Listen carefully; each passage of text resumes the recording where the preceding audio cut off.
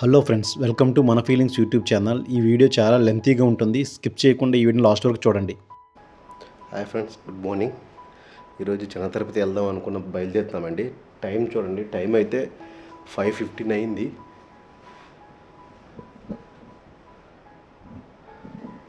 Train 6:30కి train ఉందండి. బయలుదేరుతున్నాం, వెళ్దామని. లగేజ్ కూడా ప్యాక్ అయిపోయింది.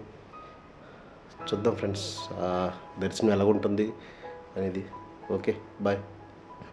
మేము ద్వారకా తిరుమల చూద్దామని బయలుదేరామండి. అది చిన్న తిరుపతి. యాక్చువల్గా మేము ట్రైన్లో వెళ్దాం అనుకున్నాము. అయితే ట్రైన్ మేము దువ్వాడ రైల్వే స్టేషన్ నుంచి బయలుదేరామండి. మాకు దువ్వాడ రైల్వే స్టేషన్ చాలా దగ్గరండి. దువ్వాడ రైల్వే స్టేషన్కి వెళ్ళాలంటే ఈ బ్రిడ్జ్ కన్ఫామ్గా క్రాస్ చేయాలండి. ఈ బ్రిడ్జ్ మీద బైక్ వెళ్ళిపోతుంది. చూడండి, బ్రిడ్జ్ క్రాస్ చేసినప్పుడు చాలా బాగుంటుంది.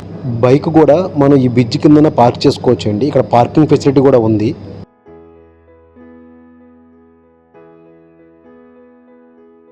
మీరు చూస్తుంది దువ్వాడ రైల్వే స్టేషన్ అండి. అంటే ట్రైన్ రావడం ఇంకా టైం ఉంది కదని మా ఆఫీస్ కొలీగ్స్ని అడిగానండి ద్వారకా తిరుమల గురించి. రెండు విగ్రహాలు ఉంటాయి. ఒక విగ్రహం స్వయంభూగా వెలిసిన విగ్రహం ఒకటి, రెండో విగ్రహం ఏమో ప్రతిష్ఠించిన విగ్రహం ఒకటి. అంటే ద్వారకా తిరుమలలో గర్భగుడిలో రెండు విగ్రహాలు ఉంటాయి. ఒకటి స్వయంభూగా వెలిసిన విగ్రహం ఒకటి, ఒక విగ్రహం ఒకటి ప్రతిష్ఠించిన విగ్రహం ఒకటి. ద్వారకా తిరుమల ఇంకేమంటారు, ఏ పేరుతో? చిన్న తిరుపతి అంటారు. అంటే మన ఈ జిల్లాలకి మాత్రం చిన్న తిరుపతి అంటే తోటపల్లి అనేవారు once upon a time. Okay, ఇప్పుడు చిన్న తిరుపతి అంటే ద్వారకా తిరుమల అంటారు. అక్కడ ఒక మొక్కు అంటూ మొక్కుకున్న తర్వాత ఆ మొక్కు తీరితే మాత్రం తప్పనిసరిగా చెల్లించాలి. తిరుపతి మొక్కు చెల్లించకపోయినా కొద్దిగా వాయిదా వేయించాడు, కానీ ద్వారకా తిరుమల తాలూకు మొక్కు చెల్లించితే మాత్రం అసలు ఇచ్చిన వాయిదా వేయడం వీలు లేదట. ఆయన ఒప్పుకోరని చెప్పి జనాలు అంటుంటారు. అది విన్నది, అది తీర్చుకోవడానికి నేను వెళ్తున్నాను. నేను కూడా వస్తాను. అది మీరు అందరినీ, నేను వెళ్ళబెట్టి మిమ్మల్ని అందరినీ తీసుకెళ్తున్నాను.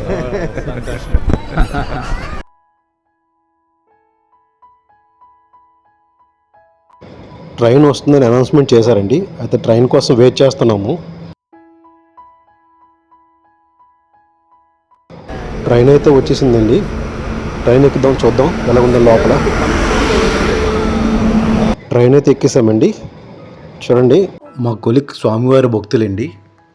ద్వారకా తిరుమల వెళ్ళడానికి మెయిన్ పర్సన్ ఇతనే. ట్రైన్ జర్నీ చాలా బాగుంటుందండి. అందులో విండో సీట్ మనదైతే ఇంకా బాగుంటుంది. ఎంత బాగుంటుందంటే అంత బాగుంటుంది.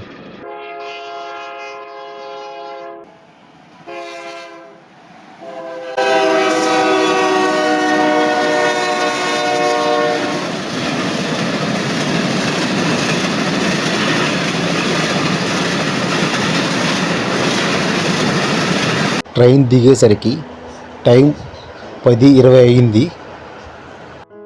తాడేపల్లి గూడెని దిగిన తర్వాత బయటకు 1/2 కిలోమీటర్ నడిచిన తర్వాత బస్సు క్యాచ్ చేసామండి. అయితే మాకు రూట్ తెలీదు. కండక్టర్గా అడిగాము. కండక్టర్గా అడిగితే అతను గుండుగొలను బస్ స్టాప్లో దిగిన తర్వాత అక్కడి నుంచి మీకు ద్వారకా తిరుమలకి డైరెక్ట్ బస్సెస్ ఉంటాయి అన్నారు. అయితే మేము చూడండి గుండుగొలను బస్ స్టాప్లో దిగాము. బస్ స్టాప్ దగ్గర నుంచి లెఫ్ట్ టర్న్ అయ్యి ముందుకు వెళ్తే చూడండి, నేను హ్యాండ్ సింబల్ చూపించాను కదా, అటువైపు టర్న్ అయితే ఒక బ్రిడ్జ్ కనబడుతుంది. ఆ బ్రిడ్జ్ క్రాస్ అయిన తర్వాత ద్వారకా తిరుమలకి డైరెక్ట్ బస్సెస్ ఉన్నాయి అక్కడి నుంచి. ఏదైనా మీకు వీడియో చూపిద్దామని ఆతృత ఎండలో కూడా బయలుదేరామండి. ఎలా ఉందండి ఇప్పుడే జర్నీ? చాలా బాగుంది. గౌతూ ఉంది. ఓకే, అక్కడ డైరెక్ట్ ద్వారకా తిరుమలకి బస్సు ఎక్కిన తర్వాత భీముడోల్ జంక్షన్కి వచ్చామండి బస్ స్టాప్కి. ఈ భీముడోల్ జంక్షన్ నుంచి ద్వారకా తిరుమల 16 కిలోమీటర్లు. ఎండ అయితే ఈరోజు చాలా ఎక్కువ ఉన్నదండి. వచ్చేసామండి, ద్వారకా తిరుమలకి వచ్చాము. ఇది ఎంట్రన్స్, ద్వారకా తిరుమల ఎంట్రన్స్. చూడండి, గరుత్మంతుడి విగ్రహం ఎంట్రన్స్లో ఉన్నది. తిరుమలలో కూడా ఎంట్రన్స్లో ఉంటుంది. మంతుడు స్వామి రక్షకుడు, భక్తుడు కూడా. ఈ రోడ్ అయితే చాలా చిన్నదండి. మేము ఆ బస్సులో దిగాము. ఇలా రైట్ టర్న్ తీసుకొని ద్వారకా తిరుమల వైపు నడుస్తున్నామండి. వచ్చేసామండి, ఇది ద్వారకా తిరుమల ఎంట్రన్స్.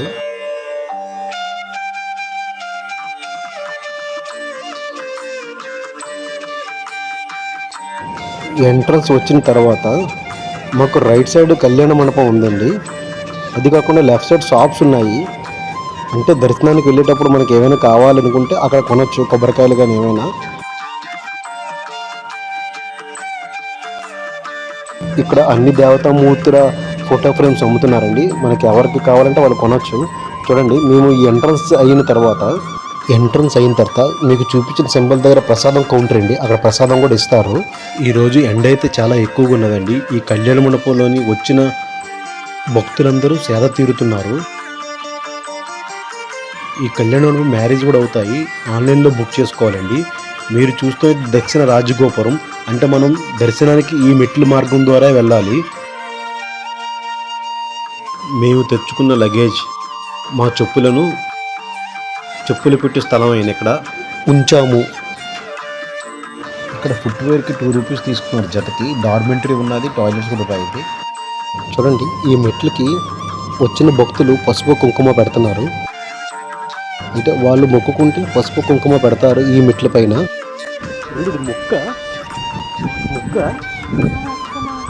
మొక్కుంటే మొక్కు తీరితే పెడతారు.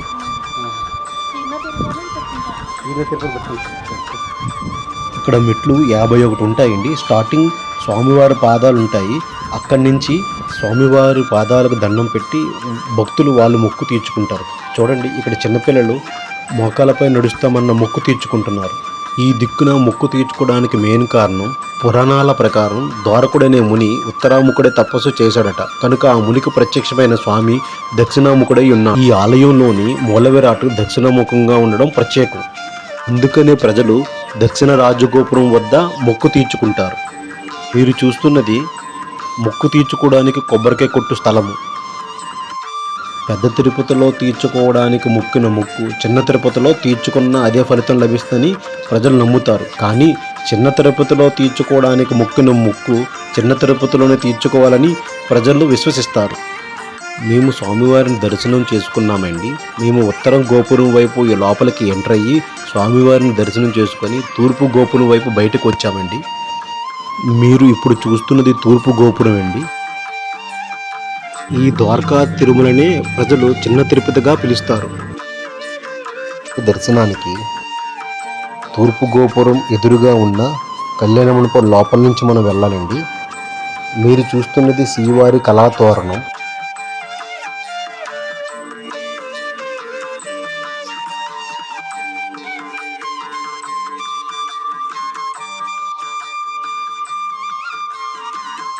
గోపురం ఎదురుగా ఒక మండపం ఉంటుందండి. చాలా బాగుంటుంది. మండపంకి రైట్ సైడ్ భక్తులు విరాళాలు స్వీకరించే కౌంటర్ ఉంటుందండి. దీనికి లెఫ్ట్ సైడ్ దాతలకు టికెట్లు ఇచ్చే కౌంటర్ ఉంటుందండి.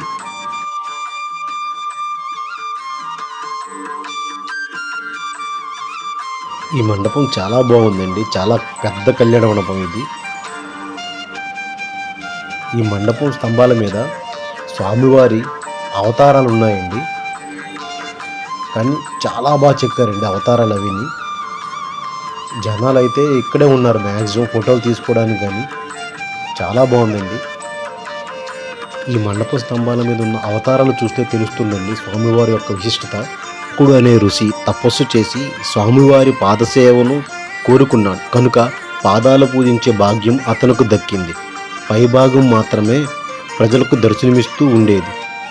విశిష్ట అద్వైత బోధకులైన రామానుజనాచార్యులు ఈ క్షేత్రాన్ని దర్శించారని, అందరికీ స్వామివారి పాదపూజ చేసుకున్న భాగ్యం కలిగించడానికి మరొక నిలువెత్తి విగ్రహాన్ని స్వయంభూ మూర్తికి వెనక వైపు పీఠంపై వైఖాన సాగమం ప్రకారం ప్రతిష్ఠించారని అంటారు. స్వయంభూవుగా వెలిసిన అర్ధభాగం మాత్రమే దర్శనమిచ్చే ప్రతిమను కొలిచినందువలన మోక్షం సిద్ధిస్తుందని, తరువాత ప్రతిష్ఠించబడిన పూర్తిగా కనిపించే ప్రతిమను కొలిచినందువలన ధర్మార్థ కామ పురుషార్థములు సమకూరుతాయని భక్తుల విశ్వాసం. పెద్ద మండపంలోనే శ్రీవారికి మరియు అమ్మవార్లకు భక్తుల ద్వారా సమర్పించబడిన వస్త్రాలను, చీరలు, రవికలు, పంచులు, కండువాలు విక్రయిస్తారు. భక్తులు కొనుక్కొని వాటిని ఇంటికి తీసుకువెళ్తారు.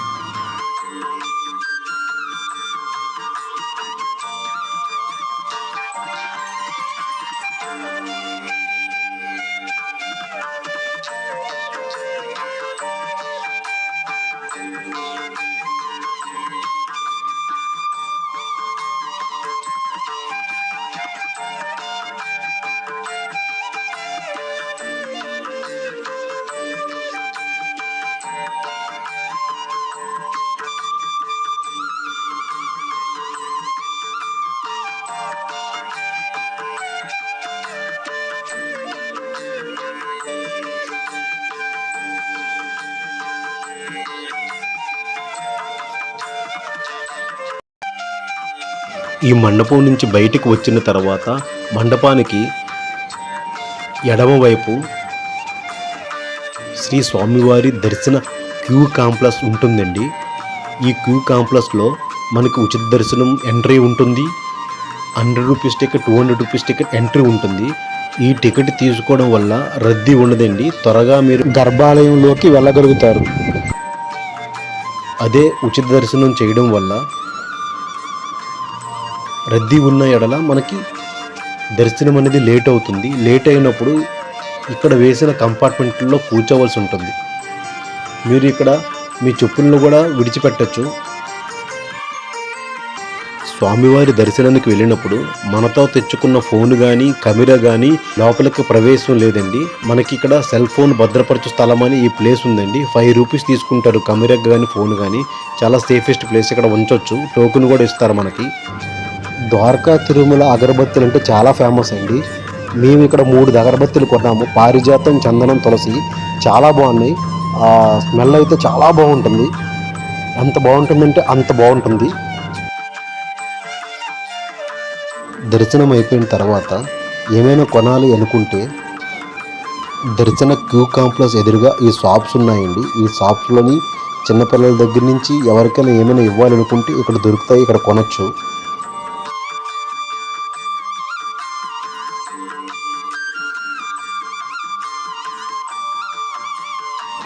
ఇలా మనం ముందుకు వెళ్తున్నప్పుడు మనకి లెఫ్ట్ సైడు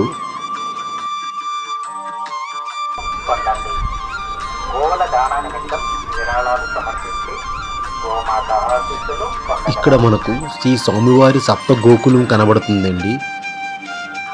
స్వామివారికి గోవులు దానం చేయాలనుకుంటే ఇక్కడ దానం చేయొచ్చు. అదే కాకుండా దానం చేసిన గోవులకు దానా పెట్టాలనుకున్నా ఇక్కడ అమౌంట్ పే చేసి దానా పెట్టొచ్చండి. శ్రీవారికి ఎంతో ఇష్టమైన గోవులకు దానా పెట్టడం వల్ల చాలా పుణ్యం వస్తుందండి. ఇక్కడ గోవులకు దానా గోదా పొట్టు, తవుడు, కందిపొట్టు, పెసరపొట్టు, శనగపొట్టు, బొబ్బర్లు, తెలగపిండి పెడతారండి.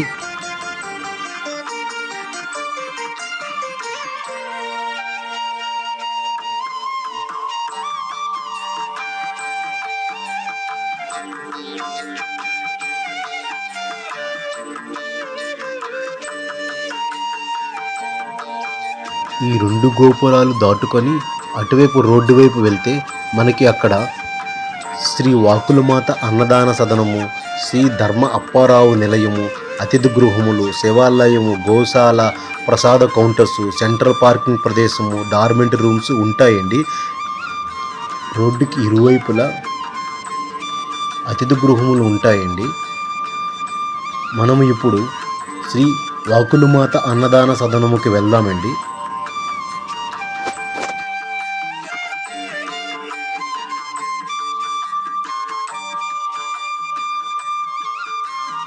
మీరు చూస్తున్నది సెంట్రల్ పార్కింగ్ ప్రదేశం అండి. అక్కడ కారు పార్క్ చేయొచ్చు దర్శనానికి ఎవరైనా కారులో వచ్చిన వాళ్ళు.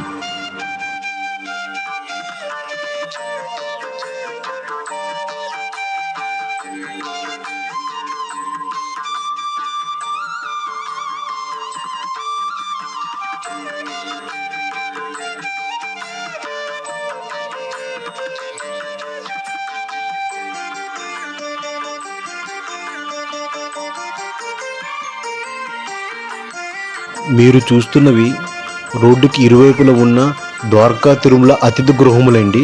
ఇవి ఆన్లైన్లో కూడా బుక్ చేసుకోవచ్చు, లేదా ఇక్కడికి వచ్చినట్టయితే ఇక్కడ ఖాళీ ఉంటే రూమ్స్ దొరుకుతాయండి.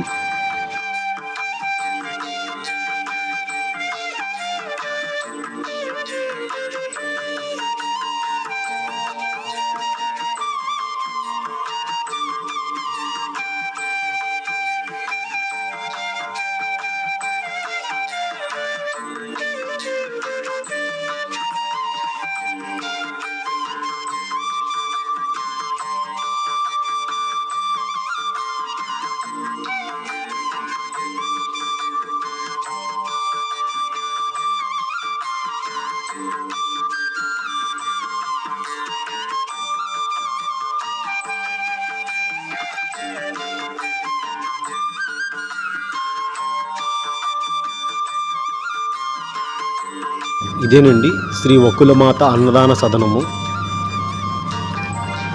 ఇక్కడ నిత్య అన్నదానం జరుగుతుందండి.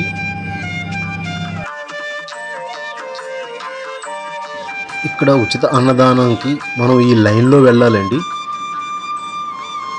ఆ లైన్లో వెళ్తే మనకి భోజనశాలకి వెళ్తామండి. పైన 2 భోజనశాలలు ఉన్నాయి. పైన ఒక భోజనశాల, కింద ఒక భోజనశాల ఉన్నాయండి. ఉచిత అన్నదానము ప్రతిరోజు ఉదయం 11 గంటల నుండి మధ్యాహ్నం 3 గంటల వరకు, తిరిగి మళ్ళీ రాత్రి 7 గంటల నుండి 10 గంటల వరకు పెడతారు. నమో వెంకటేశాయ. భక్త మహాశేషుడి శ్రీ స్వామివారి ఉచిత అన్నప్రసాద భవనం నందు ఒక్కరోజు అన్నదానం జరిపించదలిచిన భక్తులు విరాళంగా 50 రూపాయల నుండి 5,115 రూపాయల వరకు ఎంతైనా చెల్లించి అన్నదానం జరిపించుకునవచ్చును. విరాళం చెల్లించదలిచిన భక్తులు కౌంటర్ నందు చెల్లించి రసీదు తప్పనిసరి.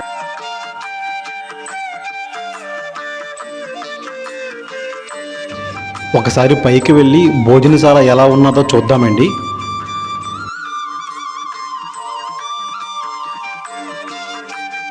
ఇంకొక విషయం, ఏ దానమైనా చేస్తే అది స్వీకరించిన వారికి తర్వాత ఉపయోగపడుతుంది. కానీ అన్నం అప్పటికప్పుడు ఆకలి బాధను తీరుస్తుంది. ఆకలి తీర్చుకున్న వాళ్ళు అందించే ఆశీస్సులు జన్మజన్మల పాటు వెంట వస్తాయి.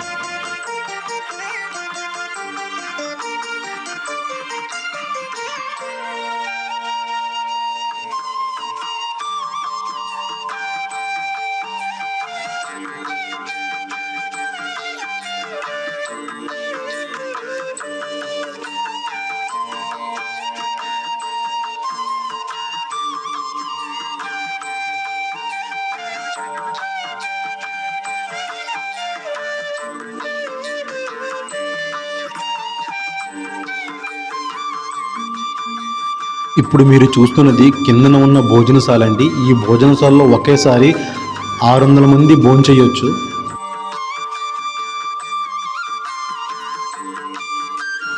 ఇక్కడ భక్తులు పుట్టినరోజు, పెళ్లి రోజు, ఇతర ఏ కార్యక్రమాల రోజైనా అన్నదానం పెట్టాలనుకునే వాళ్ళు ఇక్కడ అమౌంట్ అనేది పే చేసి రిసిప్ట్ తీసుకుంటే మీ పేరు మీద ఒకరోజు అన్నదానం చేస్తారండి. హ్యాండ్ వాష్ చేసుకోవడానికి ఇక్కడ ఏర్పాటు చేశారండి. చాలా బాగుంది, చాలా పెద్దది. ఒకసారి పైనున్న భోజనశాల కూడా చూద్దామండి. ఆ మెట్ల ద్వారా పైకి రావాలి.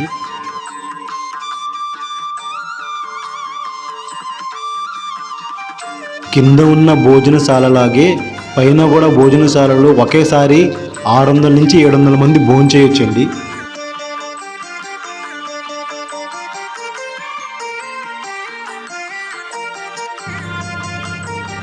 స్వామివారి ఉచిత అన్నదాన ప్రసాదంలో వాళ్ళు పప్పు, కూర, ప్రసాదం, చట్నీతో పాటు వైట్ రైస్, సాంబార్ కూడా పెడుతున్నారండి. చాలా బాగుంది. మీరు ఈ అన్నదాన ప్రసాదానికి విరాళం ఇవ్వాలి అనుకుంటే మెట్లు పక్కన పేరు నమోదు చేసుకుంటారండి. అమౌంట్ తీసుకొని మీకు రిసిప్ట్ ఇస్తారు. ఇక్కడ అమౌంట్ పే చేసి మీ పేరు నమోదు చేసుకోవచ్చు. శ్రీ వాకులమాత అన్నదాన సదనం నుండి బయటకు వచ్చాక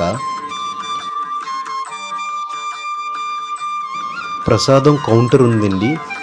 ఇక్కడ లైన్లో వెయిట్ చేసి ప్రసాదం కావాలి అనుకునే వాళ్ళు ప్రసాదం తీసుకోవచ్చు. అయితే ప్రసాదం రేట్లు మీకు నేను చూపిస్తున్నాను చూడండి.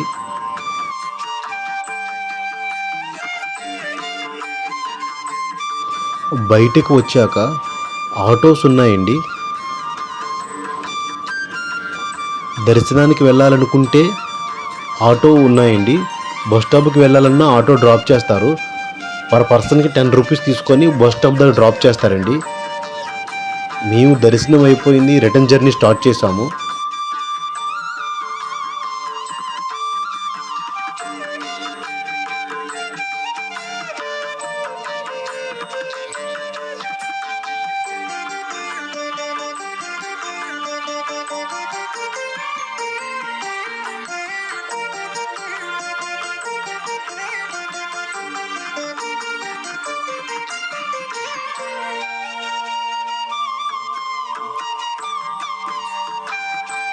ఈ వీడియో మీకు నచ్చినట్లయితే లైక్, షేర్, సబ్స్క్రైబ్ మన ఫీలింగ్స్ యూట్యూబ్ ఛానల్